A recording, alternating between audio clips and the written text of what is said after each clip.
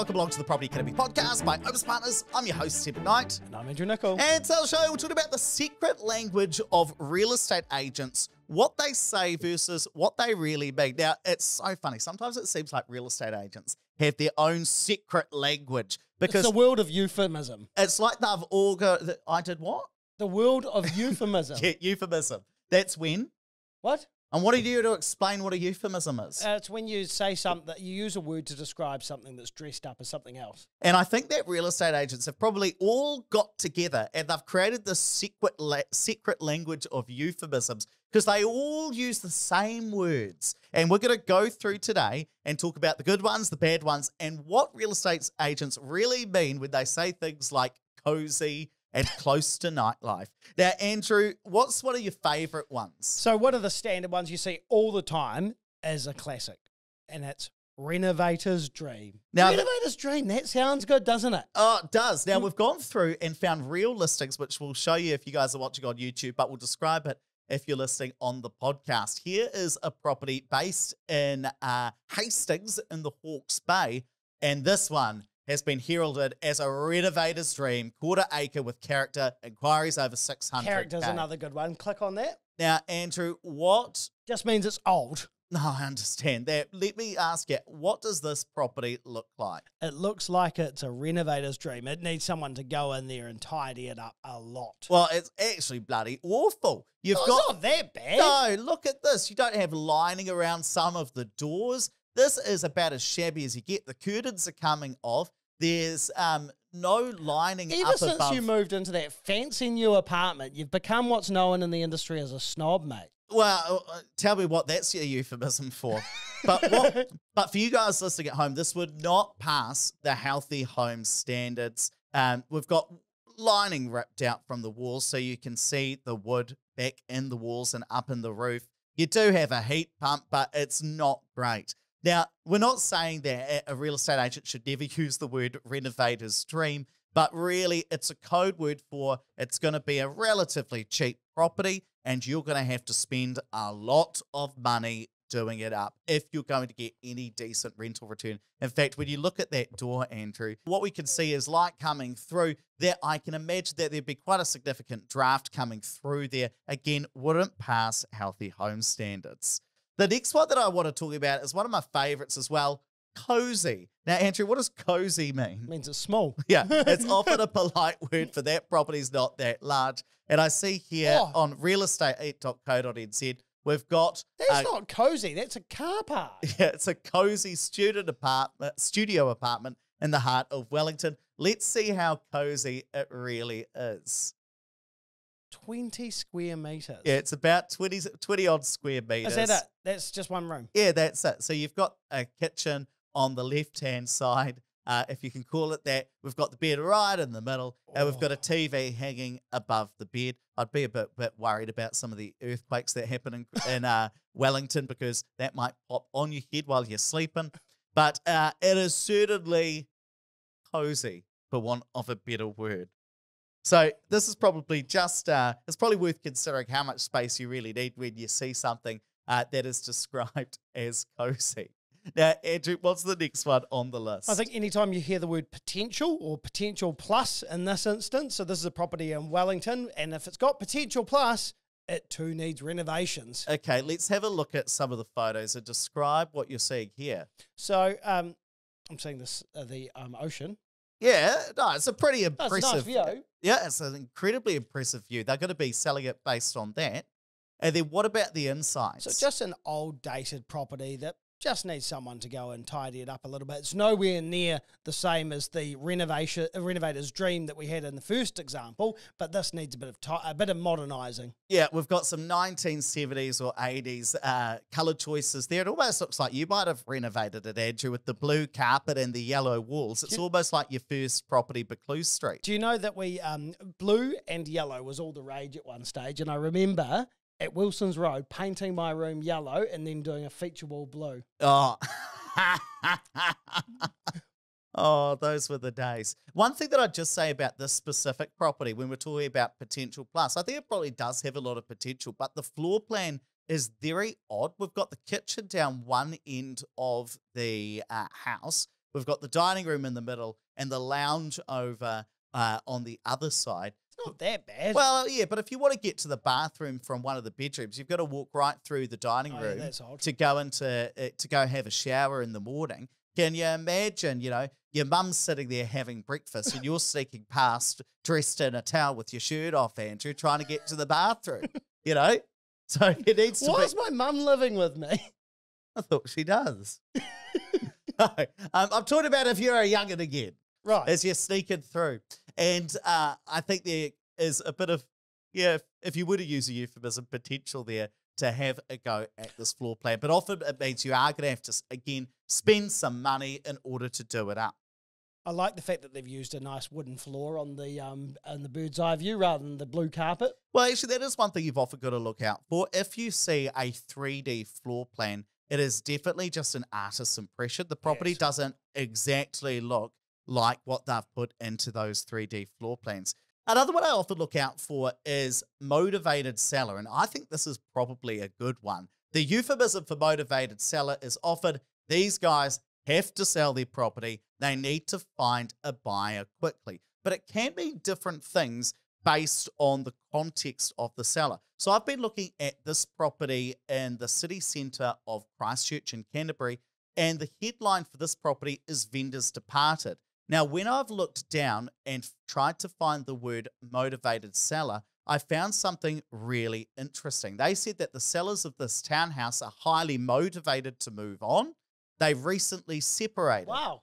Telling their life story in the ad. Well, they've said that they are eager to start anew. They want a sold sticker on or before auction day as a symbol of moving forward. So this says to me that this real estate agent is actually quite smart, because if you put that on the listing, did you just note down the address to try and get a good price? Because people are going to do exactly what you just did, which is think, well, these guys really want to sell it. I want to get a good price. What's that going to do on auction day? Well, it's going to mean that lots of people are going to turn up and then bid the price up. I think they're going to pack out the auction room and that people are then going to bid the price up. This is a bit like mortgagee sales we've talked about in the past. Some sellers get really upset that, well, the real estate agent's calling it a mortgagee sale, so that means people are only going to come in and put in really low offers. Well, what it means is a lot of people are going to come in and put in offers, and the real estate agent can use that to bid up the price. So I think putting in not only that they are motivated sellers, but telling people why they are motivated sellers, substantiating that, has, I think in my mind, shown that this real estate agent knows what they are doing, and really good job for them for doing it. And one last one that I know piques your interest, Andrew. What's that? Yeah, original condition. That's always a classic one that you see. Basically, it means they haven't done anything to update the property since it was built.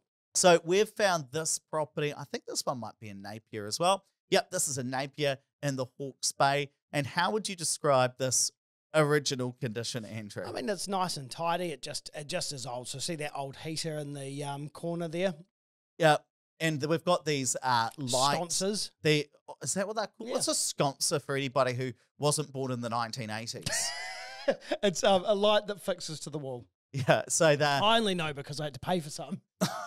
So it's those kind of 1970s lighting features that you see up there. We've got old curtains. We've got that orange kind of, what do you call that thing that hangs over the windows? Maybe, I don't know. It's like awning, an awning over the windows. That's in bright orange. Again, looks like it comes from the 60s or 70s. Those old tiles. I mean, it looks tidy enough though. They've probably done that with the staging, haven't they? Yeah. They've done a good job. But again, it means that you're going to have to go ahead. Yeah, that old bench top. Yeah, we're now in the kitchen, and we've got effectively what looks like a house that I might have grown up in, or one of the rich kids in Harwood might have grown up in, which definitely wasn't me. But we've got old exposed wood cabinets, big red bench tops, definitely in what somebody would call original condition. It makes you wonder who would have thought that these would be timeless colours, blue and yellow, and then red bench tops. Oh, I don't know, mate. So now what I want to do is play a little game of rapid fire, and I'm just going to make this bigger on my screen.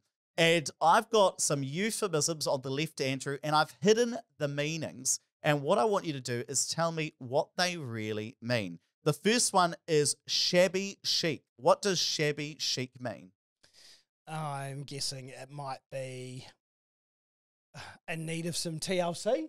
No, shabby chic is usually more shabby, less that's chic. what I was thinking. So I was right. Well, I wouldn't say that. You didn't say what I've got there. What does full of character mean? Full of character probably means that it's a bit eclectic, which actually you've got down there, so it probably doesn't mean that. So you're thinking eclectic? Could be that there are some odd or unusual features like a toilet in the kitchen. I got that one off the internet. I can't remember. Not sure if you see too much of that in New Zealand. Well, it's funny. I remember Amon Redmond growing up. He had a toilet that went off the kitchen, so you stepped down into a patio and it was outside. That's very odd. Yeah, very weird. Full of character. Yeah. And what does funky mean? What does funky mean? Probably means it's quirky. Yeah, could mean it's interesting. Could mean it's cool or super smelly. I don't think it means.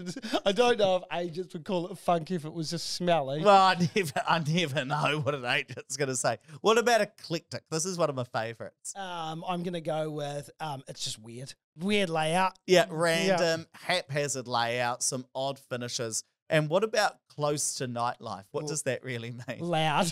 It means loud. Might suggest that you live above a bar or something along those lines. Now, again, we're not berating real estate agents for using this secret language that they use, but kind of pointing out something that we all know is the case, that if you're selling a house, you choose language to dress it up and make it sound a little bit better than it really happens to be. Calling it close to nightlife when it's really loud, or calling it eclectic when it has a random layout that's just a wee bit strange. Even things like Renovators Dream. We all know what that means. It's going to be a rundown house. It's a dump. That needs a lot of money spent. And look, what's a real estate agent? I realize that real estate agents listen to the show.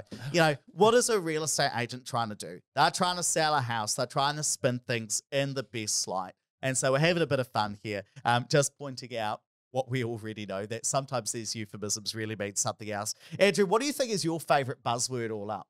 I quite like the eclectic one. Yeah. I'm always a fan of cozy. When we know that sometimes it does mean, oh, it's a really nice cozy house. Sometimes it means that it's really small. And what do you think the main takeaway here is for property investors? Just be realistic when you're reading an ad that you might not be actually going to something that's really funky and cozy. It might just be tiny and weird. Even something like rare find. Sometimes real estate agents, oh, this is a very rare property. Yeah. But actually, no one was stupid enough to build it twice. Well, all that. So I was walking into my house the other day. I live in an apartment in Auckland now.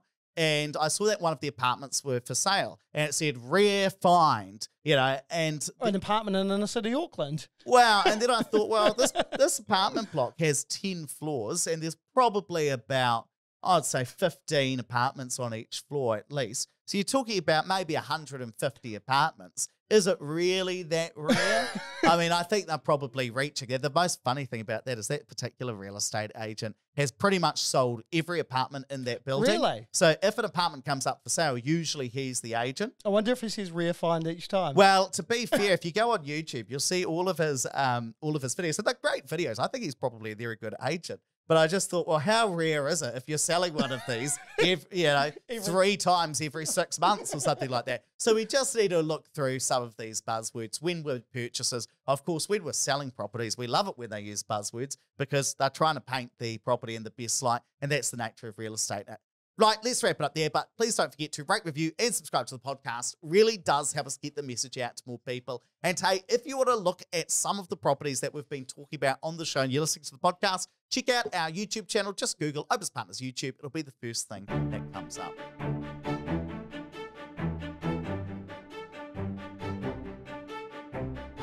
Thanks for listening to the Property Academy podcast. I'm your host, Steve McKnight. And I'm Andrew Nicol. We're going to be back here tomorrow with even more daily strategies, tactics, and insights to help you get the most out of the New Zealand property market. Until next time,